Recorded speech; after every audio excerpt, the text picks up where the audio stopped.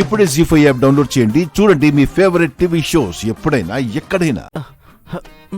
అమ్మా, ఇక్కడ నిలబడి ఏం చూస్తున్నావే? నువ్వే చెప్పావు కదక్క ఆ అబ్బాయిని జాగ్రత్తగా చూసుకోమని.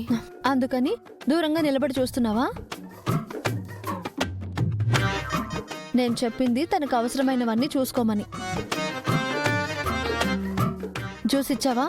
శ్రావణి చేస్తుంది. మరి నువ్వేం చేస్తావు? జ్యూస్ తాగాక గ్లాస్ తీసుకెళ్తా. ఏం తెలివితేటలే నీవి.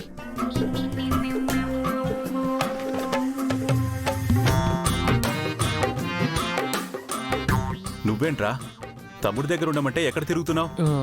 చిన్నోని గౌరీ గారు తనింట్లోనే ఉంచమన్నారు. ఆ కాలు నొప్పితో మెట్లెక్కలేడు కదా, అందుకే చిన్నోని గౌరీ గారి ఇంట్లోనే ఉంచి నేను మెడిసిన్ కోసం వెళ్ళానన్నయ్య. గౌరీ గారు పైకి గయ్యాళ్ళ ఉంటారు గాని మనసు మాత్రం మంచిదేరా. సలేదా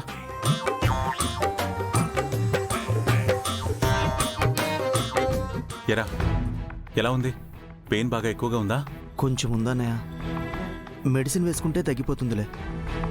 మీ సంగతి ఏంటి? వెళ్ళి లెఫ్ట్ అండ్ రైట్ ఇచ్చేసి వచ్చారా?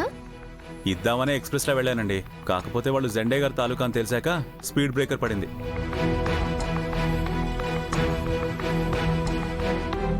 అదేనండి, మొన్న మనం ఈవెంట్ చేశాం కదా, వాళ్ళే.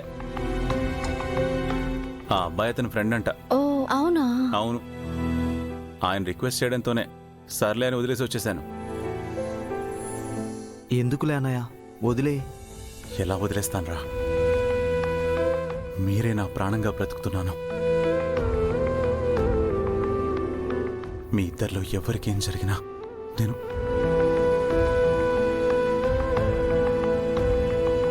అన్నయ్య. శంకర్ గారు,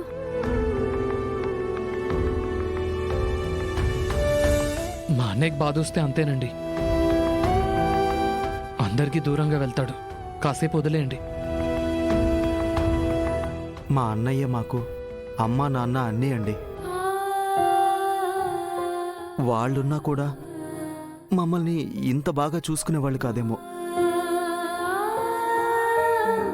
మా సంతోషమే తన సంతోషంగా, మా బాధ్యతను కూడా తనే భరిస్తూ మాకు చిన్న బాధ కూడా కలగకుండా పెంచాడు. మేమే తన లోకం, ప్రపంచం.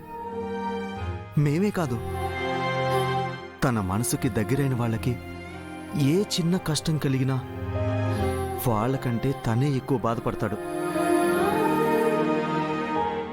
ఏ కల్మషం లేని మనసు తనది.